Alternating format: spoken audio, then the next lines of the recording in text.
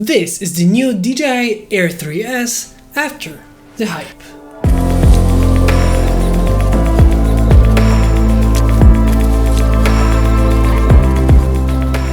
So not too long ago, DJI released the Air 3S, and I wanted to see how good this drone is.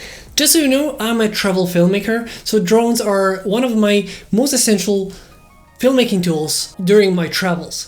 And the drones that I use are the Mini 3 Pro for the more lightweight setup, and I also use the DJI Mavic 3 Pro when I want to have the best quality possible. But this seems to be something of in between, and I wanted to see how good that is, knowing that it's much better in terms of regulations because of its size and weight, but still delivering the pro video capabilities. I have to thank Megadrone for sending this out for me to test and see how I like it, and they made this video possible, so it's a very big thank you to Megadrone. If you're interested in drones and action cameras, check out the link down below for their website. So this drone is 724 grams. Meaning that it's in C1 category. And you can actually see that on the bottom. It's actually engraved in the body that it's a C1 category drone, meaning that it's much better for regulations in many countries than something like the DJI Mavic 3 Pro. And I have to say, the flight characteristics are really nice of it. It's a really, I would say, responsive, aggressive kind of a drone, but that can be tuned on the settings in the controller. But I have to give it to it that it's really quiet.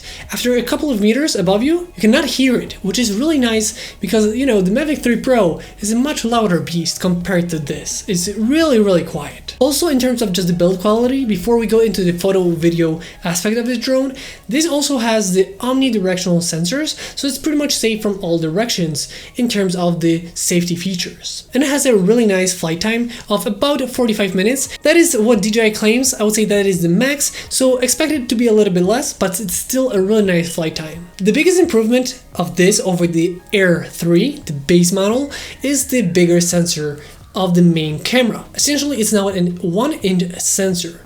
And while it's not as big as something that is on the Mavic 3 Pro, it is bigger than something like a Mini 4 Pro and Mini 3 Pro. So it's definitely a nice improvement, and it's also bigger than the sensor that we had on the Air 3. Thanks to this, we have better imaging capabilities and low light performance. And the main camera is equivalent to a 24mm and is more of a wide standard drone shot. But thanks to this upgrade, it looks much nicer, and it's a 50 megapixel camera. The other one that we have is equivalent to 70mm, and that is one of my favorite lenses of all time on the drone. On the Mavic 3 Pro, where we have the 3 lenses, this is the one that I would say is the number one for me. I just love how it looks, and it makes the shots more cinematic, better looking, and overall just, you know, that extra spicy. It's really cool, I really like it, and it's my favorite drone camera at the moment. Just looks a little bit more cinematic, film-like, movie-like. I just like how that camera works. And that telephoto is actually a 48 megapixel camera sensor. This drone can record in 4K 120 frames per second or in 4K 60 frames per second with HDR enabled. And the videos look great. But you have to remember that in this drone, we have the normal picture profile, which is just, you know, a ready-to-go video file. We also have the HLG, which is the hybrid log gamma, and it's the format that I use on my Sony a7 IV. Then we have the DJI D-Log M. It isn't a full log profile, it's a little bit of like a step down from the log profile, but it's still really nice for color grading, and I just feel like the DJI's D-Log M is super easy to color grade and have great results while still maintaining the nicer dynamic range that it can provide. Overall, I'm super happy with the D-Log M on this drone, and that is what I mostly shot the videos on it with.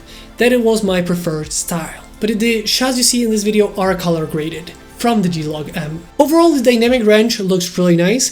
The videos are really sharp, and overall just feels like it's a solid addition to the DJI lineup. If you already have something like the Air 3 or the DJI Mavic 3 Pro, maybe this isn't the best option to just go for it, but if you're looking for a drone that has that nice crossroads of quality and function, the lightweight aspect of it, and just, you know, the crossroad of price to performance, this is definitely a great drone.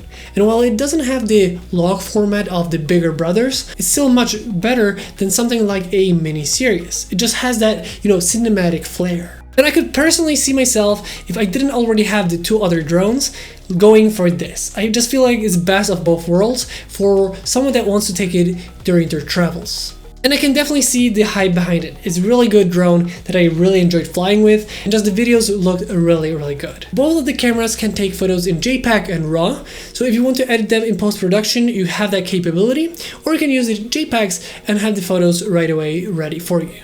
But I would say the RAWs are better in this case. You know, having that flexibility and making the photos your own really is going a long way. So I prefer that style of photos from it. But I would say that photos from both the telephoto and the main camera sensor look really good.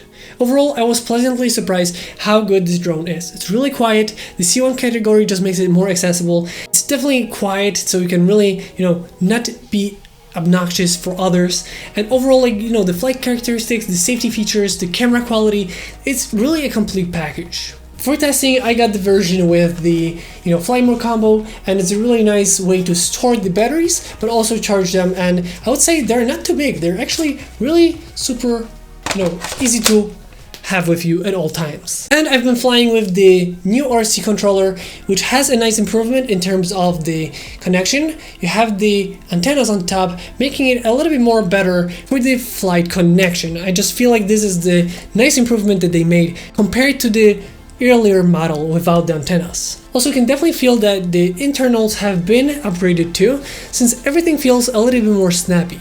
The original one was a little bit slower, but this one really feels much more snappy in the menu. And one more change that I feel I noticed a lot is the grip of it. The grip on the back is not as flat as the earlier model, so the ergonomics have been improved on it too.